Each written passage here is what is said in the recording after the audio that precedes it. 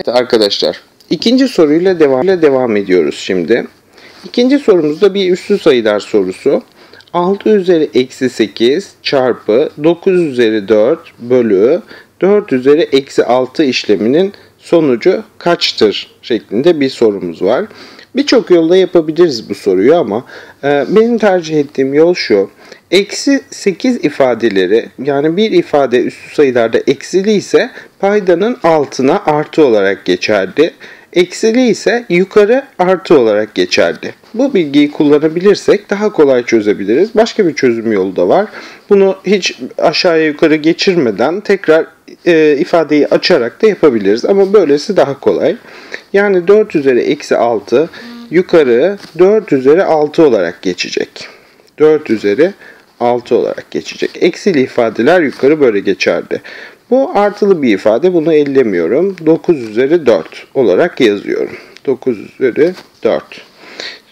Burada da 6 üzeri eksi 8 ifadesini yine aşağıya artı olarak geçiyorum. Paydanın altına yazıyorum. 6 üzeri 8 olarak yazıyorum. İfadeyi bu şekilde getirirsek çözmesi biraz daha kolay olur diye düşünüyorum. Eşittir. 4 2'nin karesiydi. Mümkün oldukça asal sayılara kadar bu işi düşürüyoruz ki sadeleştirme yapabilelim. Bu üzeri 6. 4 üzeri 6 idi. 2 üzeri 2 üzeri 6 çarpı 9 da malum 3'ün karesiydi. 3'ün karesi üzeri 4 bölü aşağısı da 6 üzeri 8. Bunu da 2 çarpı 3 olarak yazabiliriz 6'yı. Üzeri 8. İfademizi bu şekilde getirirsek çözmesi biraz daha kolay olur diye düşünüyorum. Üslü sayının üssü birleştirilirken çarpma işlemi yapılıyor. 2 üzeri 2 üzeri 6 2 üzeri 2 çarpı 6 olur. Yani 2 üzeri 2 çarpı 6 oldu. Çarpı 3 üzeri 2 üzeri 4 yine aynı şekilde 3 üzeri 2 çarpı 4 olur. Bölü aşağıya gelelim.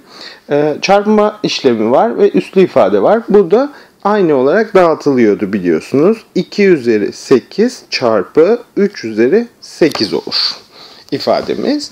Devam edelim. 2 üzeri 2 çarpı 6 2 üzeri 12 yapar. 2 üzeri 12 çarpı 3 üzeri 2 çarpı 6 3 üzeri 8 yaptı. Bölü aşağısı 2 üzeri 8 çarpı 3 üzeri 8. Aşağıda da yukarıda da 3 üzeri 8 var. Bunlar birbirini götürür. Eşittir diyoruz. Şimdi 2 üzeri 8 ifadesini yukarı geçireceğiz. Kesirlerde yukarı geçirirken de ne yapmıştık? 6 üzeri eksi 8 aşağıya 6 üzeri 8 olarak geçmişti.